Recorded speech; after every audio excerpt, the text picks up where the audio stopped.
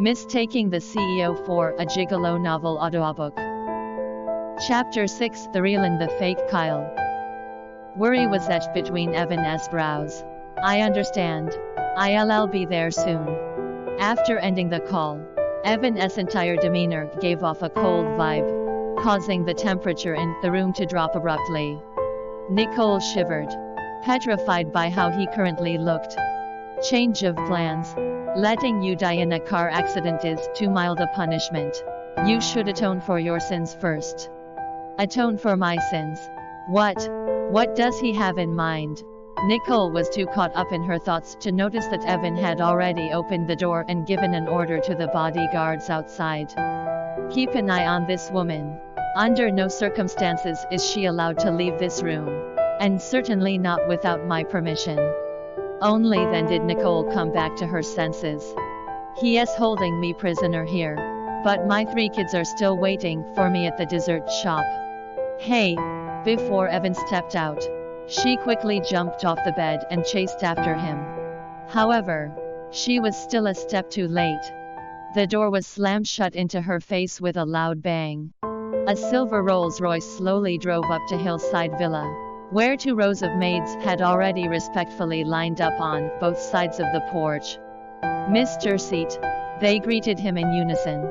After Evan slammed the car door shut, he carried 2 packed boxes of cheesecakes and hurried upstairs with an anxious expression.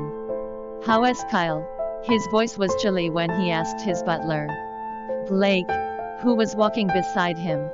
He threw up blood again just now, Blake said, his voice shaking slightly.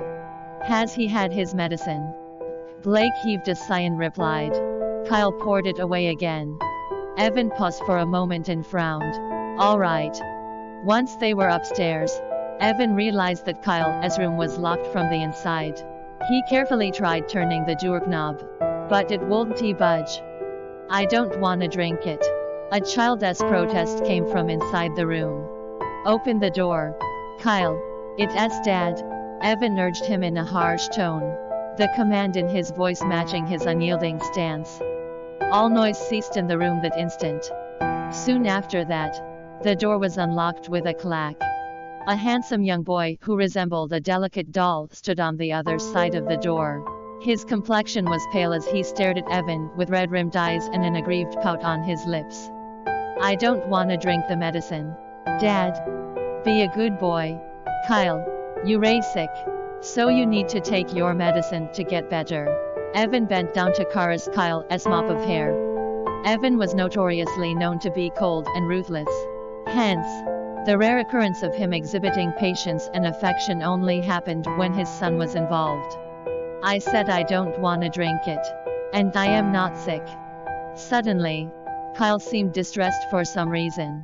Then, he shoved Evan's hand away with a rebellious look on his face, resembling an angered lion cub. What exactly do you want then? Kyle. Evan was beside himself with rage. Kyle's big and round eyes reddened again, and his lips started to tremble. I want my mommy. Mommy. Evan immediately thought of the woman who tried to play dumb in front of him. 5 years ago, that woman faked her death and cold-heartedly sent away her infant son to the Seet family. But in reality, she has been living happily over the past 5 years. Kyle, on the other hand, has been sick ever since he was a child, and all the while suffering from the lack of a mother's love. Damn you, Nicole. You don't deserve to be a mother at all. Taking in a deep breath, Evan articulated every word and said, Kyle, I'll say it again. So listen carefully. Your mother is dead. You only have me, your dad. I don't wanna hear it. You're lying. You're lying. Kyle covered his ears with both hands, his face contorted in anger. With a loud bang, Kyle slammed the door shut and quickly locked it again. Mr. Seet, Kyle is, after all, only a child, the butler said apprehensively. Confiscate his Lego and iPad later. It is time to let him reflect on his actions. With a somber expression, Evan turned to walk away but paused after 2 steps. Also, tell the kitchen to continue boiling the medicinal herbs. At the entrance of the Passion, Juan's obsidian eyes surveyed the brightly lit bar. He glanced down at the location tracker on his wrist. Yes, Mommy is here. The three of them had waited for their mother at the dessert store for a very long time, but she never appeared. Worried that something had happened to their mother, Juan told Nana to take Maya home first while he went to look for their mother. This was the first time Juan came to a place like this.